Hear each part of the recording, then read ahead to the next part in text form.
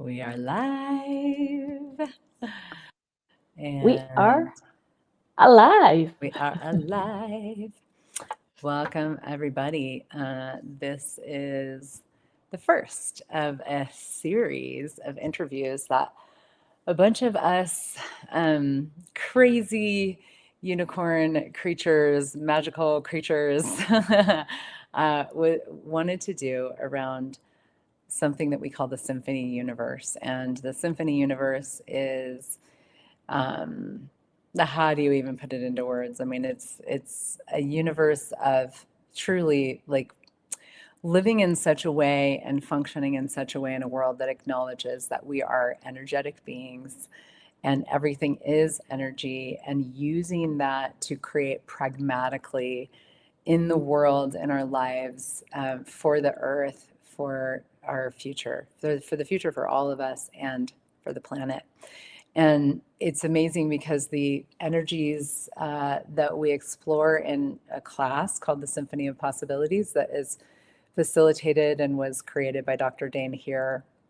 Um, it's not even like the energies that we explore. It's like we explore the everything that is available energetically, and open new spaces and new energies. And it is something that Jenny, my beautiful friend here, and I have both been part of for a very long time, and really been, able to just see the evolution of this whole universe and these classes and these conversations and possibilities and contribute to it as well. And we were having this chat recently in one of our threads for the Symphony of Possibilities class coming up in Prague in a few weeks in November with Dr. Dane here, and just like really talking about how we use these energies pragmatically. I mean, people use them to change situations in relationships, with their businesses, with money, with their bodies, with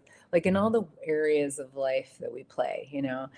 And it's to me, it's like the most effective and pragmatic tool to use in any situation, because you get to be this magician that changes the energy and then allows a situation to be different and greater for everybody, really. And so I am going to be coming live, and some other people will as well, exploring this. Like, where do you do it? Where do you do Symphony of Possibilities? Where do you play with the symphony? And of course, I know for Jenny, the answer is like everywhere. Me too. And so, long introduction. I want to introduce my dear friend, Jenny B., who is one of the great magicians in my life that I get to know and play with on a daily basis. And Jenny, where do you do it? Where do you do it? We're glad that, as you said, everywhere. Thank you so much for that beautiful introduction. And hi, everyone. I think for me, it's never ever separate. That's the first thing to get across. A symphony for me is not outside of myself, and my symphony is different than your symphony, is different than everybody else's symphony. But there's something when we all get together and be present with ourselves and the capacities that we have to engage with the world in an entirely different way. When we all be that, it just sort of broadcasts and amplifies. And there's something beautiful with that. It invites in a lot more other energies. So for me, I take an hour walk every day minimum in the forests around me, along the beaches around me, and I allow my symphony to engage with everything around me that is being its symphony. And I play with different things that show up. So it may be a tree that stops me, and I just have this energetic contribution with this tree, or a shell on the beach may stop me, and I pick it up and I walk with this energy until we have gifted and received from each other in an entirely different way. And it's a bit like being that magical child that we've all been, where we know that there's something special about that specific pine cone, or that weird brown leaf that was red last week that's just fallen off a tree. And kids will pick up these energies and play with them and then let them go. they contribute to them and receive from them. And this symphony has reinvented my life in an entirely different way. It's allowed me to become more of me and know that no other energy is bigger than myself. I can play with all energies. There's no good energies, there's no bad energies. They're all in a little mix, and I can play with them all. Yeah, that's a big one. There's no good or bad energies. I mean, that's very different than how a lot of people see energy that are, kind of in more of a spiritual conversation. Talk about that. Well, there's that thing, like exactly as you said, that when I was younger, I did a lot more spirituality, and there was this sort of, you have to protect yourself from a bad energy, or that's a funky energy, and the garlic and the cross would come out, back off, So there's that bit of where there's a stigma attached to something just because there's a point of view, and I think that is the difference. Energy comes first, and then the words form around that. So if you create that energy as something as a negative connotation or something that you cannot be present with, then it's going to affect you. Yeah, that piece about something that you can't be present with. Because I think when we perceive something that somebody might call a bad energy, they, what for me as well in like spiritual, whatever past stuff that I used to do, I would put up barriers to that and sort of protect myself from it, which for one is a lie. I'm lying to myself because I'm an infinite being. I don't need to protect myself from anything. Vulnerability is actually like one of our greatest superpowers if we're willing to lower our barriers. And one of the things that I've seen even more dynamically than ever lately is how much, if I do perceive something that is off energetically, wonky, heavy, that I might have historically called like a bad energy, I lower my barriers to it. And like you said, get present with it. And then it's like, I get all kinds of information and awareness about what I can be and contribute that actually changes it.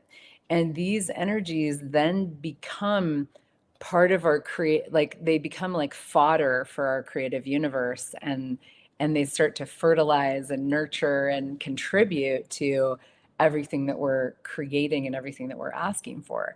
So if we put up barriers to and decide that those are bad energies, then we're literally cutting off things that could actually be a contribution if we didn't have a point of view about them. And that is the capacities that I've developed, and I know you have too, with the symphony universe, like a symphony of possibilities in the classes, and symphony sessions, which are more formal sessions that you can do with people or things. You can do it with the earth or a business or whatever. The capacities that I've developed over the years by like playing with the sessions and being in the classes and like using these tools every day allow me to work with any energy and always be something that turns it into greater no matter what, and I know we've both had some big stuff going on in our lives lately, some like beautiful possibilities that have also come with some pretty big challenges. And Yes. I know we've both been really using the symphony, being the symphony, can't even really say using it. It's like being it, turning it up, to work with everything and see it all, like stay in the question of like, what's right about this that I'm not getting. And there's that as well, adding to that, there's like when you go into like a one-pointed focus, it becomes really sharp and you can become really stuck and there's only that viewpoint. The reason it's called Symphony of Possibilities is it's beyond black and beyond white. It's this rainbow of all different frequencies that we can actually tap into and play with. And that itself opens up far more space than this one-pointed focus. And I think for me, especially in daily life, as soon as you're driving down the road, you're aware of where someone in front can be going through a bad time. Like energetically, you're aware they're angry, they're slamming on the brakes, and you can drive into those sorts of energies. If you're aware of that, you can ask to be present with them in an entirely different way. So from the daily functionality of being present in your life to engaging with family, especially coming up to Thanksgiving or the holiday seasons, like what way can we be more present with ourselves that allows nothing else to affect us in the same way as we would have in the past, and allow those energies in that can actually be, as we've already discussed, that contribution to not only us, our bodies, but everyone around us. The greater space that we are with this, the more nurturing other people can receive from us too. Yes, so beautiful, so beautiful. I mean, I feel like that really just kind of sums up the being of this in daily life and the pragmatics of how we become the source, and more every day, and get out of the lies that we tell ourselves that we cannot, that we don't have power, and we don't have potency, and we're at the effect of other people and the insanity of other people and the insanity of the world, and this conversation over the past like 15 years for me has been a daily, absolutely daily, I just have been choosing it and being it so much more every single day, and tapping into it more, the symphony universe more every day, and the magic that I've been able to create in the most interesting situations. It's like it's always been greater than I can imagine, and there aren't a lot of words for, we've had some great words, and also it's like tip of the iceberg. Totally. Because the more you play with it, the more aware you become of how you can actually, in a way, bend whatever that point of view is that's being maybe projected at you or that you're aware of in someone else's world, because you're not willing to buy that as that limitation. You're willing to be all different colors with it that opens up more possibilities. So for me, there's something about when you're aware of something and you don't know what it is, this is where symphony comes in, because you do not need to know what the heck it is. And especially with bodies, like I symphony myself, I symphony my body, I be present with whatever that is and allow my body to be a greater space with what is going on without that point of view, like that tiny focus, Yeah. So yes, and more, if we play with this, something different shows up. And you can learn this technique not just in Symphony of Possibilities, but there's the opening of the symphony with Katerina Wallington and Dr. Anthony Mathis, as well as symphony practitioners worldwide. You can get one-to-one sessions. So it doesn't need to start with a big class. It can start with you learning little introduction techniques, and then from there. Introducing the symphony too is available with Symphony Advanced practitioners all over the world. And there is going to be a symphony global symphony day on the 8th, yeah. And I actually have an introductory to symphony class on the 8th too. Cool. So like I've already got 7 people coming. I'm so excited, That's so great. And what's great with this is the 2 of those people are kids as well. So they're all under 7. So they want to come and show us adults exactly what it is to be more magic, which I love. So yeah, we all can engage with each other and receive. Yeah, that's so cool. So introducing the symphony, opening of the symphony of Possibilities, and then of course there's the Maestro class for people who have done 2 Symphony of Possibilities classes, and there's a new symphony immersion. Yeah, I was like, what's it called?